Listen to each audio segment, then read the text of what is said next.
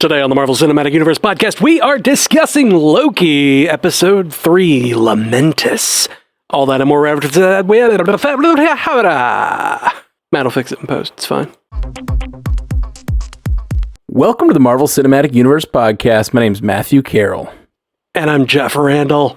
And in our producer chair, we have the lovely Ashley Coffin. How you doing, Ash? I'm amazing. How are you guys? I'm doing good now. Happy to be here and talk about some Marvel. Yeah, me too. Happy to get out of whatever the hell else I had going on. You just don't even know, my friend. You just don't even know.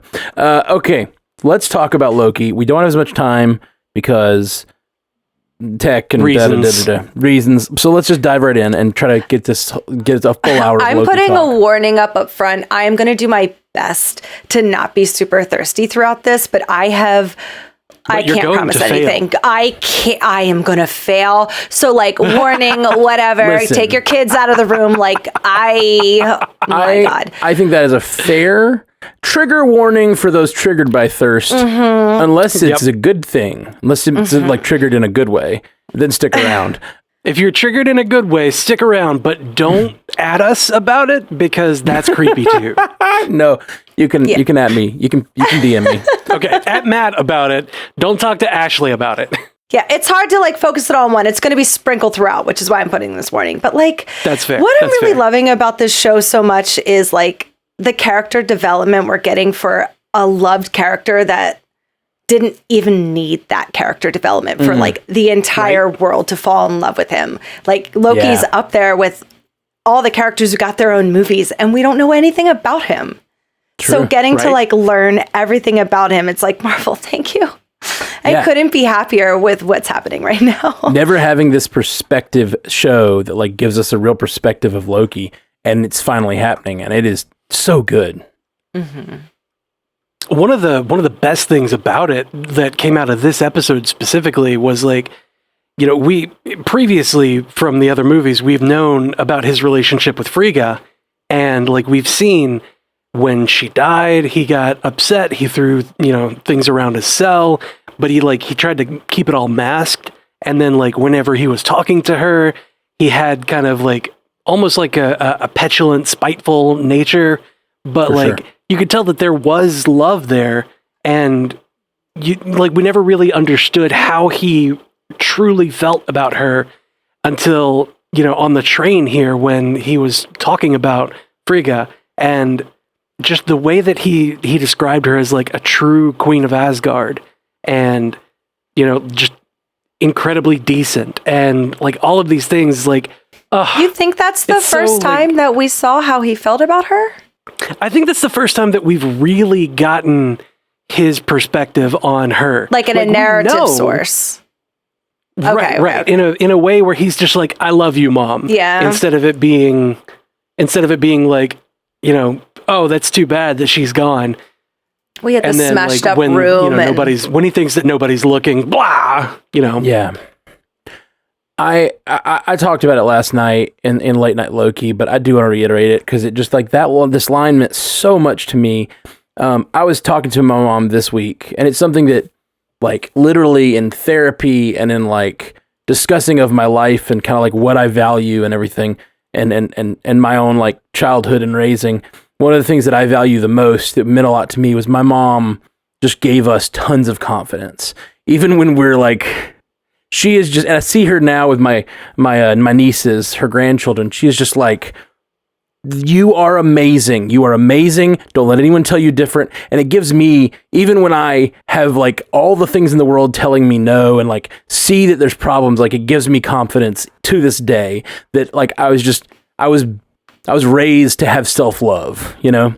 And there's a line in this episode, excuse me, where Loki says, she says, Todd's talking about her magics, and he's like, you think I could learn to do that? Why do you think that? And she's like, because you can do anything. And you can tell in his voice, like, how important that is to him still. And that's so important to me, too. Yeah. And, like, even when you're, like, a screw-up, like Loki is, or me, Like that is so valuable to give to a child, and like he really understands how valuable that was and how much it means to his life right now, and like that really meant a ton to me. I literally had a conversation with my mom about it like the night before I watched this episode, because my sister passed away this year, and she was a failure to launch completely, like, but to her dying day, she was kind of delusional about the things she would accomplish with her life. And like, you could look at that in a sad way, but I kind of gave my mom's props, because I was like, you gave her that confidence. Like, she was literally like, never had a day of college, did this, but she still believed, like, she was like, no, I could be a nurse if I wanted to. Like, if I just apply myself, I could do it, because you gave her that confidence. And like, anyway. So that line meant a ton to me. So sorry. Yeah. Yeah. No, it's important. It's okay, buddy. It's okay. It is important. Yeah.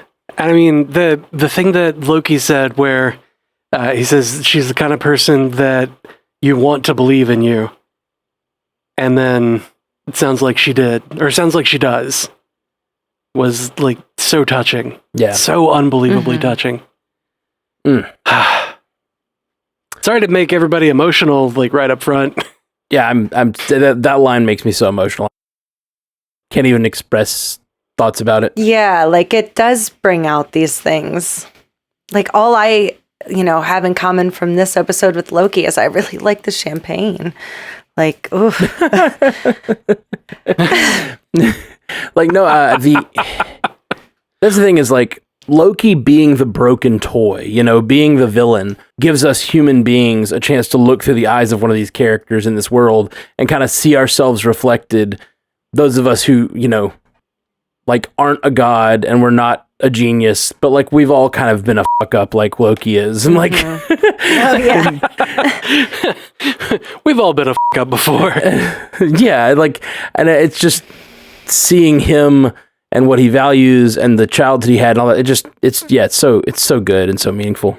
Well, I feel like this had a lot of meaningful parts for a lot of people, like especially, them referencing him being bi, like that is important to a lot of people. And Sylvie, same thing, like, and the amazing. Fact that it wasn't important at all, to them. Like it wasn't, not that it wasn't like, important, rather, but it wasn't a big deal. Right. Where it's just kind of like, well, yeah, I mean, whatever. And they're like, yeah, whatever. Like, it's not this big, like, episode long thing of like, oh, you f***ed a dude? Like, it's not worth all that. Like, and I mean, I know, like, I just love that this show was supposed to not come out now, right? It was supposed to come out earlier, but it just happens to be like during Pride Month and everything. And I don't know. It really made me smile. I'm like, good job, guys. Not just the bi or the bi aspect of it, or pan, or whatever it is that he is. Loki is also gender fluid, because we've got this seemingly lady Loki out there, but like on his paperwork it says fluid. So like, there's a lot of representation just in Loki, especially for this month. He represents multitudes. Right. Yeah. Now it would be nicer, I guess, to split up some representation so that, everybody can see themselves in various characters and kind of like spread it out. Well, they may, and I think this was so great because it didn't beat you over the head with it. It wasn't a big deal. This was not a like very special episode of Loki. This was just like, it's just, I also like men sometimes, and I like women sometimes. A bit of both. Yeah, a bit of both. I'm like, oh, wow, I love you. But then also like, oh my God, turns and says the phrase like, but never anything real, which gave it like an understanding from like a lot of people who feel that way and like feel like they struggle with connecting. Yeah. I liked that whole scene a lot. That whole scene, like love is a dagger, and his whole reference, like I was like, I'm with you until it was sad. But now I'm like, oh, Loki, you don't believe in love? Right. Oh, are you going to find love? Like, oh, please. But is it weird if he loves another version of himself? Like, what do we call that? It's real weird. It's called narcissism, and I think it's possible But in they this are show. Yeah, it's perfect. It's kind of perfect. They're so perfect for each other. Exactly. Like, They're so cute. if there's any character in the MCU that's going to do it, it's going to be Loki. Yeah, no, And for listen, sure. when you've lived that long, something new doesn't come along that often. And this is a new, like, Well, I've never fucked myself before. Well, I mean, I've fucked myself before, but I've never fucked myself before. listen, after this episode, I had to bring my jeans out, not just right. Like, he sang. My God, we got knives. I'm sorry. I'm so sorry. But when he was singing, like, I fell in love with him again. I'm like, Tom Hiddleston, stop doing this to me. My husband is right there. Just like eating chocolate, he like flips the daggers, and I was like, when he flips the daggers, I was like, I hear that sound. It sounds like a wet fabric hitting the floor. and he got drunk. He was, I can't. Oh, him singing And then being fighting. drunk and having a good time. That was the best. the it fight reminded me so much of scenes, Thor. There's even the callback of yes. like another, and he throws Oh the my glass God. down. So cool. It's a family thing. Yeah. Well, it's also just like a cultural thing, and it's the way they celebrate. And we've seen Loki like kind of in revels before with the group, but he's never been the one we're watching like leading revels. You know, like I just it's so much fun. It's so because he's never won anything before. My favorite line from that whole thing was, why do you guys think he can't sit backwards on a train? Like, what the hell was that about? I just thought it was like he can't go backwards on a train. he feels nauseous. It's just a weird thing. It's like a nausea thing, I think, or like it's like a motion sickness. Gods get nausea? Yes, absolutely, and that's what I thought was so cute. It's adorable that he's just, I can't sit backwards on a train. I mean, if we're going to say the word adorable, can we talk about the tiny fireworks? They were so fantastically adorable, like hilariously adorable. Oh, Twice tiny fireworks was so good. And like when he accidentally did it, when he was trying to get the tickets, he was like, oops. That was so perfect and hilarious. And in that, like right after that fight scene was going on, the thing that I just cackled at is that he kicks that guy out of the window and he's just like, bye, and then immediately gets grabbed and thrown out of that same window. I know. He looks at the guys that grabbed him and he's like, what are you doing? She was so mad at And then him. just gets chucked out. Sylvie was not happy. It was so funny. Okay, so given all of this, what do you guys think of Sylvie? What do you think is going on here? I have theories and thoughts, and I don't know. I don't know if we should save it for the end, theorizing, but like,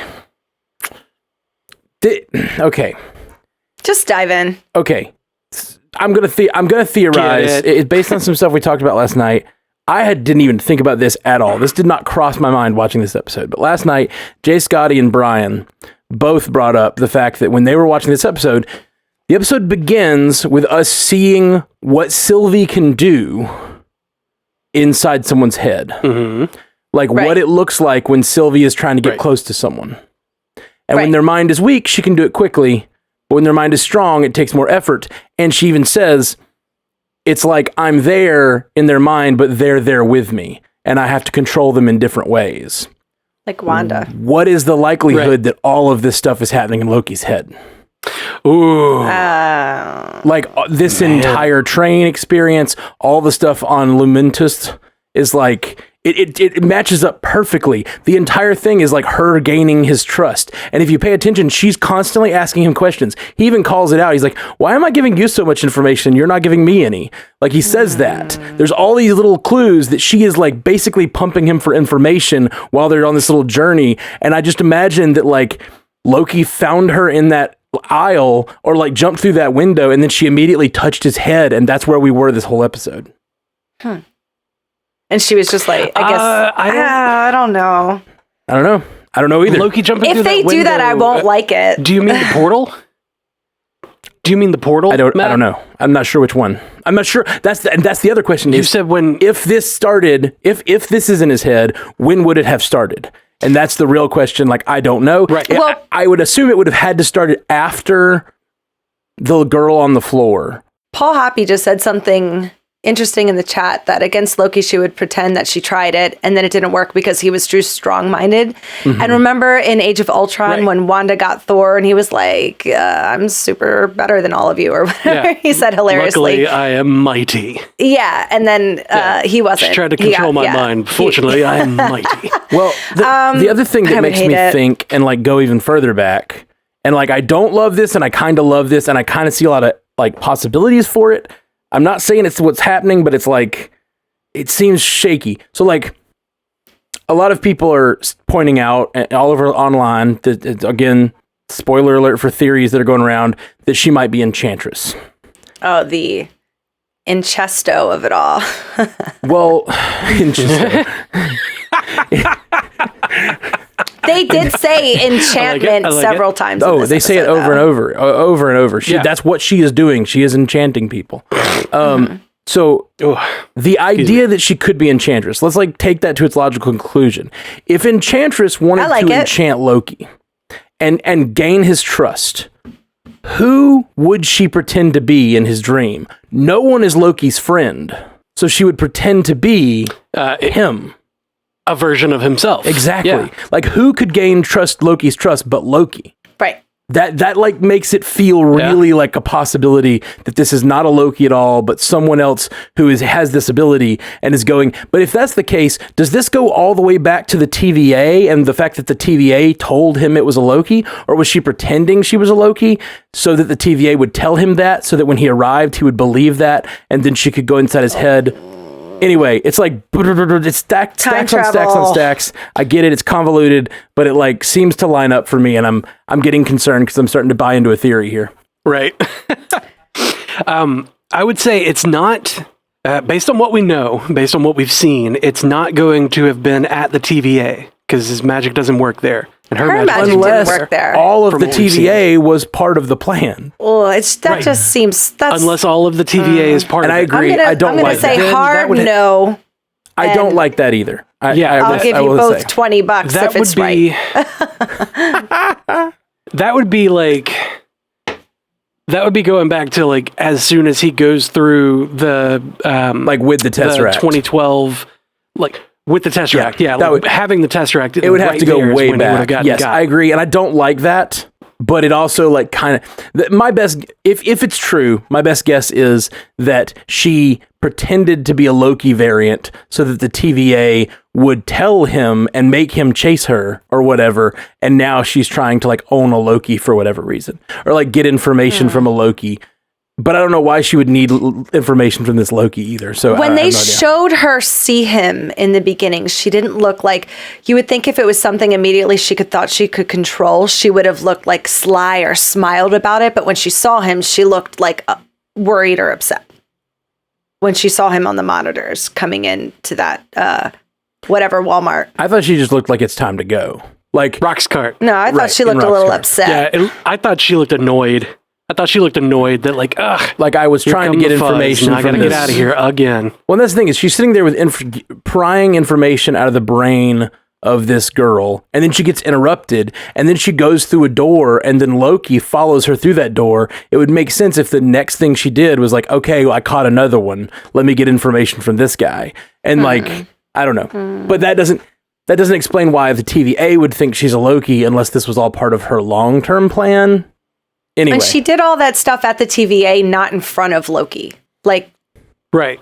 And their magic doesn't work at and the she TVA. looked really surprised that her did. magic didn't work. Absolutely. Yeah. And that wasn't in front of Loki, so like, That's why true. do that spectacle for nobody? That's true. I agreed. I don't think the TVA is fake. I really don't. But I think some of it's fake, but not the parts that we're talking about. I think the timekeepers are wrong. Like clearly, we found out this episode. If Enchantress, they're all getting Men in Black. We nailed it. Oh my God! Yeah, we nailed it. I nailed that. They're all variants. Hard. I nailed it based on the girl on the floor saying it's real. It's real. I was like, what's real? And then See how Jeff and I said we and Matt says I. That part was me. I'm sorry. Real rude. The Men in Black joke a couple weeks ago. I added the Men in Black joke to it, so you know. I'm just teasing. No, it was a group effort, but like that girl on the floor immediately made me think that they had lives before and that this Lady Loki had shown her that. And that's what I brought up last week. And sure enough, that was exactly what had happened. And I was like, I felt so vindicated. Yep. Like dashboard confessional. Yep. And man, that makes it a bit of a slippery slope, because now knowing that part was a lie, we can't trust anything that was said. We can't trust Miss Minutes. We cannot trust a single thing that has been said about the TVA. I don't even know that the timekeepers are multiple people. No, I don't either. What if it's just Kang? I hope they all kind of look like Kang, or a Loki variant, or 3 Kangs for that matter. 3 Kangs. Council of Kangs, yeah. There's like literally panels from comics where there's just hundreds and hundreds of Kangs like living at a city similar to the TVA, honestly, in the quantum realm. So like this seems to track. I don't know. And I think what we're leading to, which I think we've discussed, is they're going to realize the timekeepers are bad. They lied to the TVA. Loki is going to lead like a rebellion on the timekeepers with the TVA's help. And then next season we get a TVA with a different mission statement. Yeah, I could see that. Maybe even like to prevent anyone from doing what the timekeepers did. Like prevent anyone from being like an all-knowing, omniscient, powerful being that controls all the multiverse into one timeline or whatever. Can we talk about Loki's powers? Because I feel like he used some I've never seen before. Sure.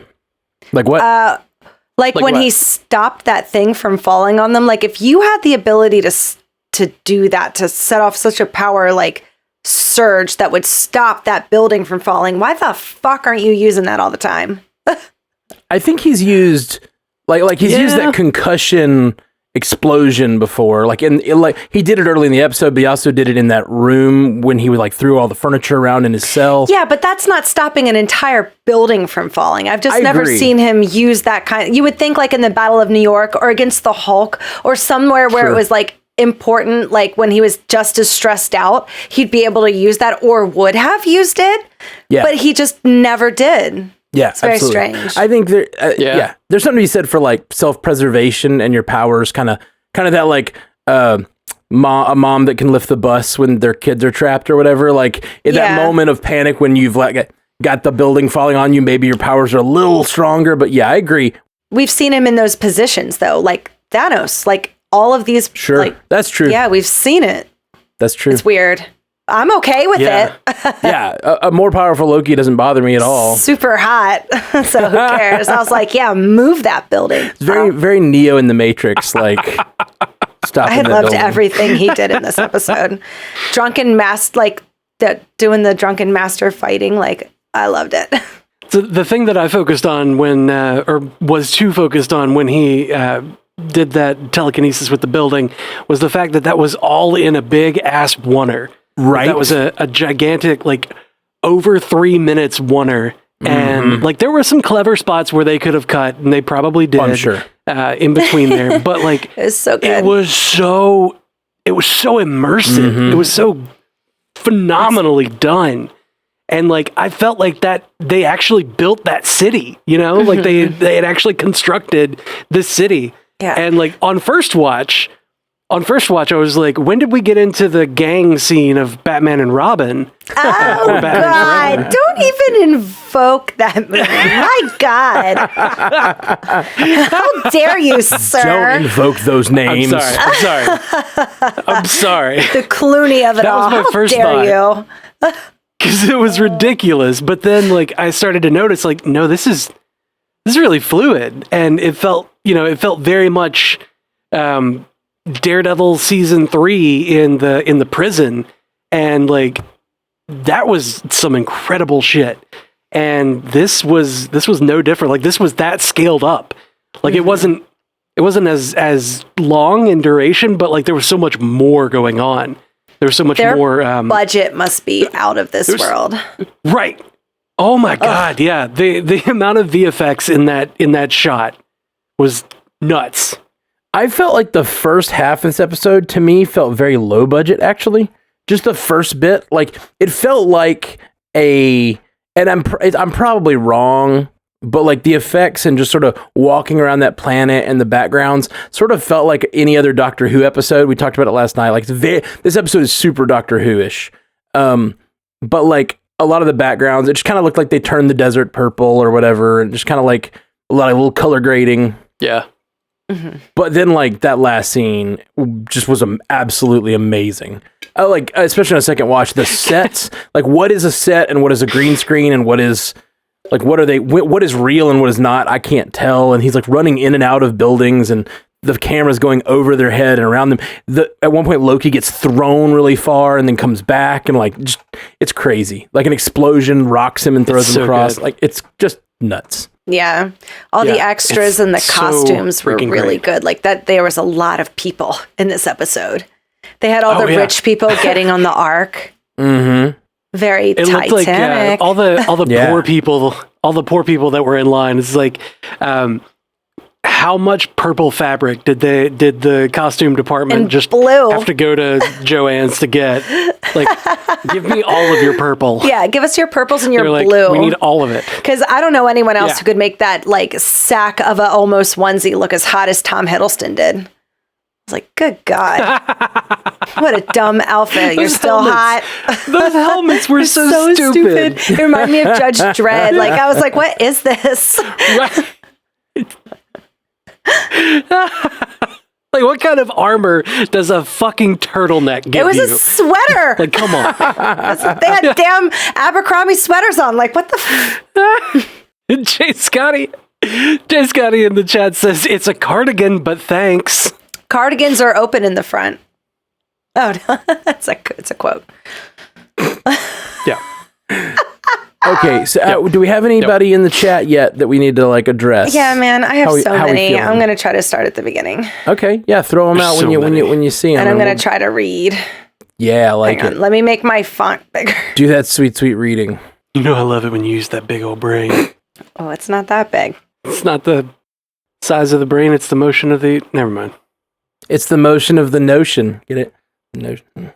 Yeah, that was nice. That was good. Our Breeze says, I think when Loki said, but they don't know that, when Lady Loki said the agents were all variants, I think that is because Loki cares about Mobius and their time together. Little signs that Loki is getting to the point where he got to at the end of the Infinity Saga. That's cute. He did care about people twice in this that seemed very uncharacteristic. That one at the end, he's like, all these people are going to die. I was like, why do you care? Why do you give a shit? He does that with all the people, and then he also he goes out of his way to work with her instead of against her at one point. It seemed sort of like, we could be friends, and it sort of just felt a little like a hero would do. But then I also am wondering, like, how much is he using her? And how, even with the TVA line that they bring up, like... How much is he going, oh, I see that I can drive a wedge between the TVA and their precious timekeepers. Maybe I can take control. You know what I mean? There's still a possibility. And I kind of want that from this Loki for continuity's sake, but I also want him to get through some of that character development that he got in 2. And I think the way they broke him down in the first episode did get him to a better place, even if it wasn't where he was before. It was weird hearing him be like, well, I just want to know I can trust you. I'm like, that doesn't sound like my Loki. Like, this is strange. But character development. Not my Loki. That trust line, I don't buy. And that's one of the reasons that makes me think she's in his head.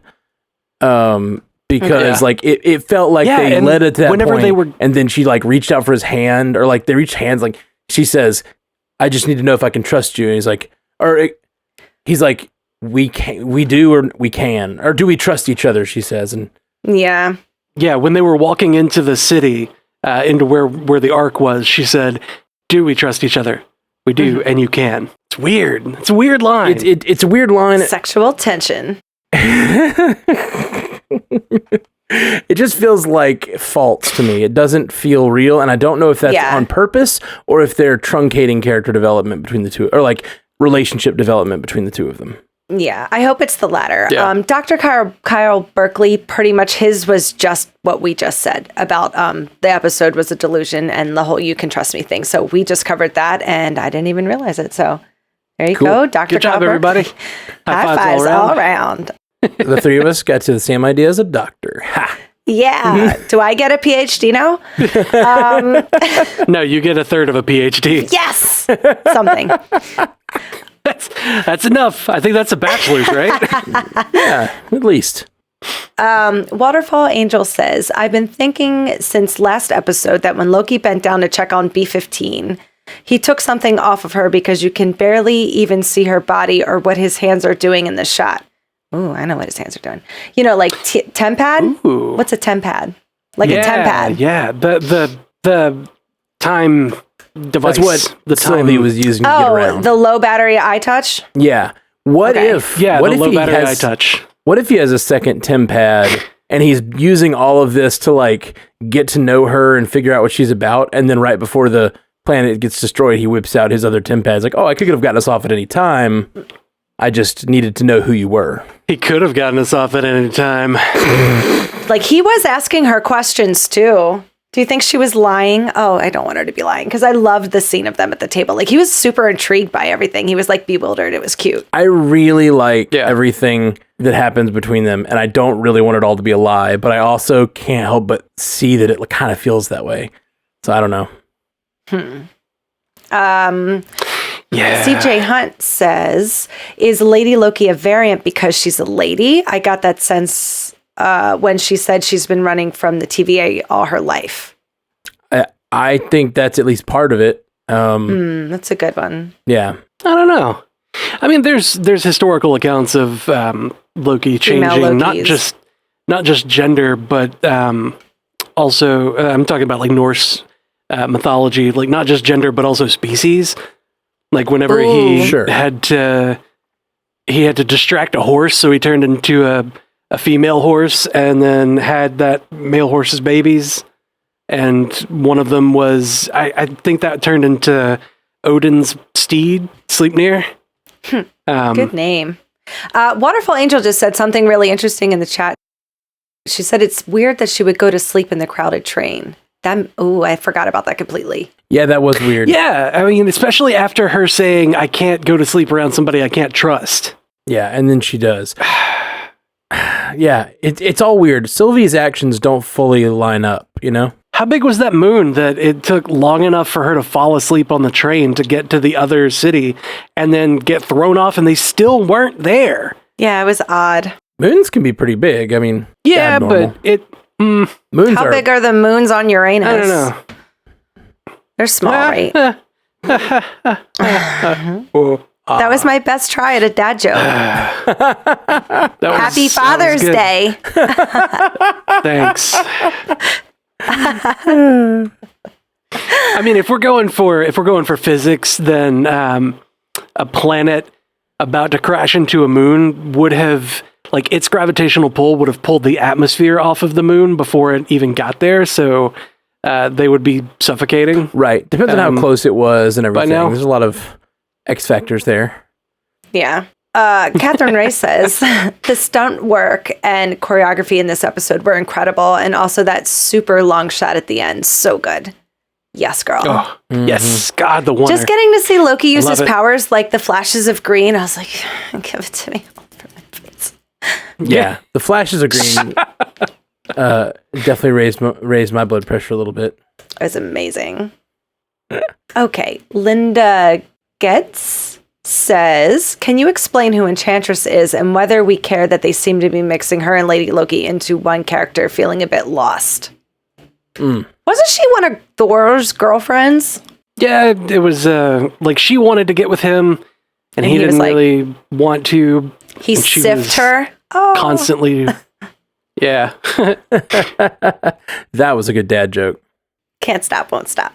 She doesn't really have much other than, like, she takes over the minds of other people, and one of her constant thralls is Scourge, the executioner, Aw. but he's Yeah. gone at this point, so... Boop, boop, ba-doo.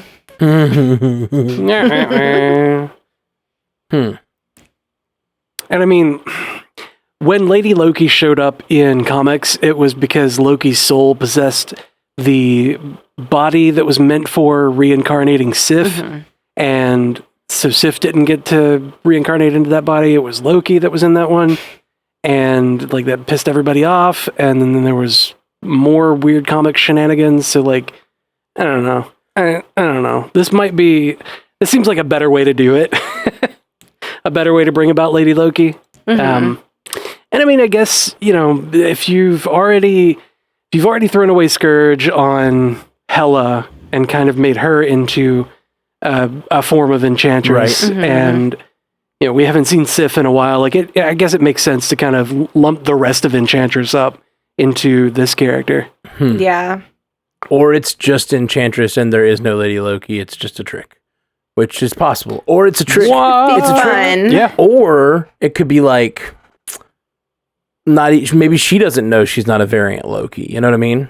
Yeah. Maybe she thinks she's a variant Loki and it turns out she's actually a different person with a different power set, It'd be weird that the TVA wouldn't have been able to figure that out. I agree. It's hard to know exactly what the TVA knows and doesn't know, though. Yeah. Haley Hobbs is our last one. Haley. And she says, most relatable moment, Sylvie stopping to put her hair up before kicking butt in the TVA. Yes, girl. When she put her little half bun up and it's like, it's time to go. Let's kick some ass. I loved every second of that.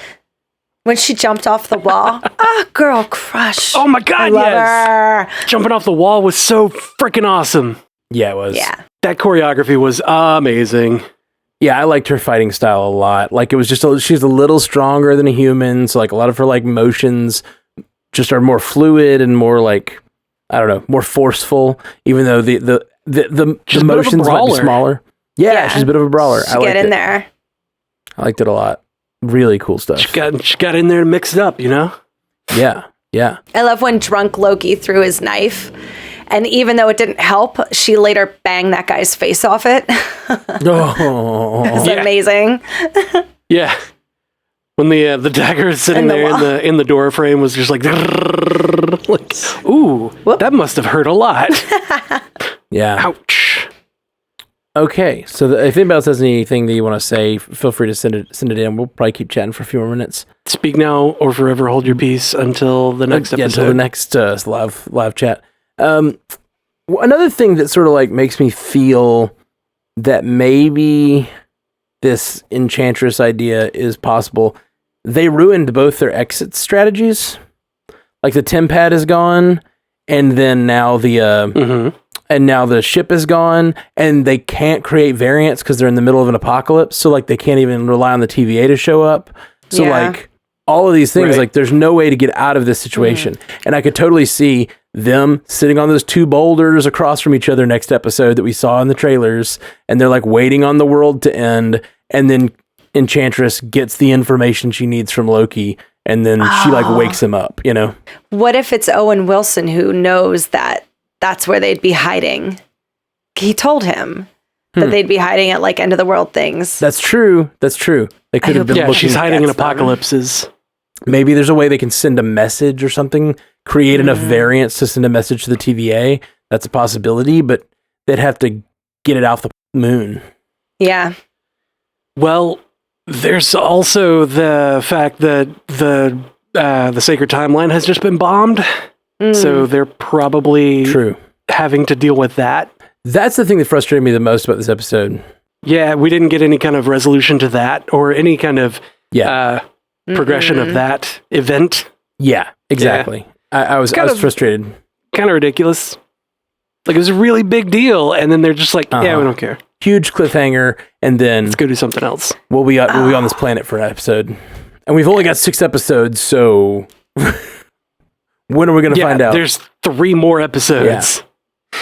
There's 3 more episodes, and at least the next one is going to be on this planet as well.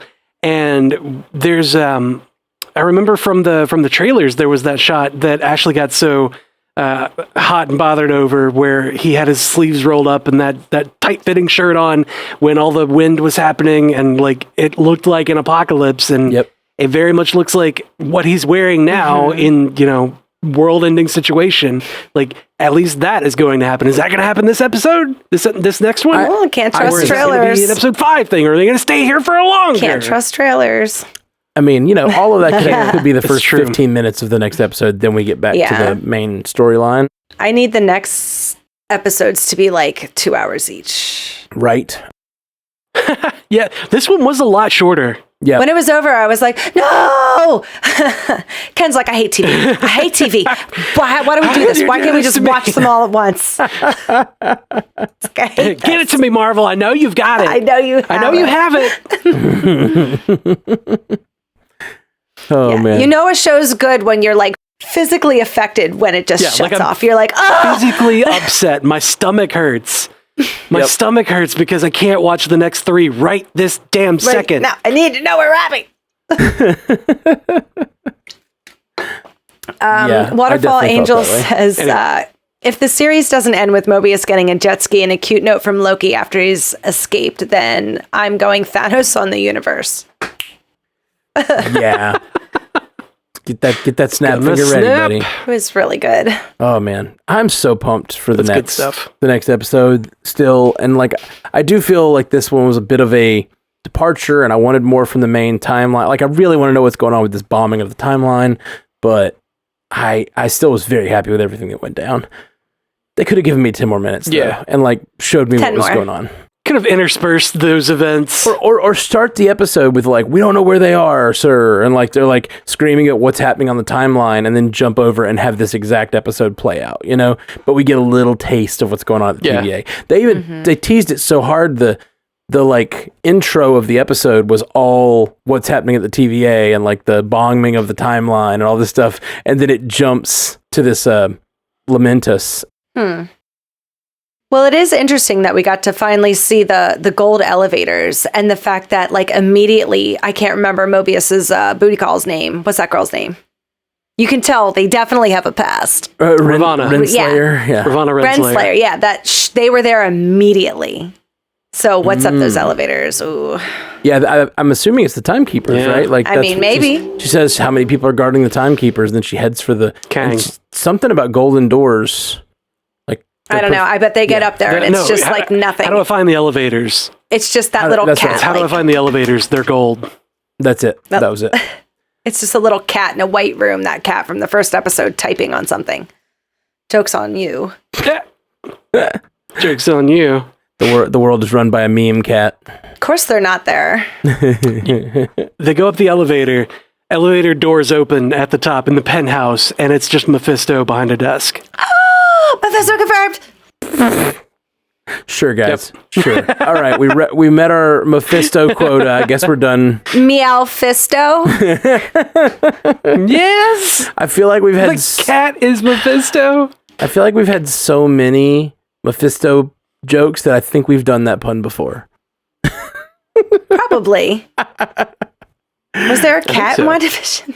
I don't remember. Storkfisto was a thing. Yeah, I remember Storkfisto, or he even yelled it. Mephisto, and he said it, and everybody heard it. Mephisto! Mephisto! Hey guys. I will go to my grave. I heard it. I did not. There were 3 syllables. Melissa did. He honked 3 syllables. I get that, but yep. And those syllables could only be to the grave. Mephisto. Yeah. All right. Well, I guess we're all done for this episode. We'll be back. Let's wrap it up. So good. We'll be back soon. Guys, if you get a chance, it would be incredibly helpful to the show if you would go and give a 5-star review on Apple Podcasts, or give us a thumbs up or a follow on Spotify, whatever you got. We're really just like, we're on the verge of being one of like the top things in search for Loki and these other Marvel shows, and it's super rad, and that's all thanks to you guys, and we just really appreciate it. But if you have not had a chance to do that yet, please go. Like, you guys being such an amazing group of listeners has allowed us to like have a megaphone for our show to reach out much further than we deserve. Or that I thought possible for two guys in Alabama starting a podcast. It just makes me very happy. And then our lovely producer up there in Philly. It just makes me incredibly happy and thankful that we've gotten to grow this much and been able, like, we're like number 8 on the after show charts right now. It's crazy. It's crazy. Yeah. It is insane. I can't all believe time. But after show charts, it's nuts. Yeah. all-time after shows, we are number 8 right now. So if a bunch of people went over there and gave us reviews, like, I don't know how high we could get, but it would be amazing if we could creep up even higher. I can't believe we're up that high. So thank you guys so much for that. And we'll be back next week with more things to do. Did Monday. Something you wanted to plug, Ashley? I don't want to plug, but I just want to let everybody know, because I've seen a couple questions on the Facebook chat. Feedback for this episode that we're going to do on Monday's cast. Usually I'll start collecting feedback on Thursday and try to get it all by Sunday night. Monday morning, maybe, but think we got to get them all ready, and definitely send it to mcucast@gmail.com. Not the Facebook chat, because there is just 1,000 people in there, like, not exaggerating, 1,000, and your stuff will just get lost. The Facebook chat, which you can find a link to in the show notes, is not really for sending feedback to the show. It's more for like everybody, all of you guys getting to interact with with the feedback. And that's more for like you finding the community to interact with, which is more fun, honestly. Mm-hmm. But if you want us to have something on the show, hit us up at mcucast@gmail.com. And if you want to just chat about stuff, because we can't talk about everybody's feedback, especially during these shows, there's just way too much. But you can hit us, you can just head over to the chat and get your thoughts, air your thoughts. Best. 48. We do a nesting period for 48 hours after anything comes out, by the way, which is like where you put a bunch of dashes above your post so that you put spoilers down, so people have to hit see more to see your spoilers. But after 48 hours, it's just wide open. Mm-hmm. So, so get your feedback for this Monday's episode in by Sunday. Yeah. It's facebook.com/group/SPchat. That's the or just search for the Stranded Panda chat. Peace. Until next time, true believers. Bye. Thank you for joining us for the Marvel Cinematic Universe podcast. Available everywhere you get podcasts, and now a video version streaming live on twitch.tv/strandedpandatv and available at youtube.com/strandedpanda. And if you'd like to learn more about all of our other podcasts, geeky projects, and ways to support the network, visit strandedpanda.com.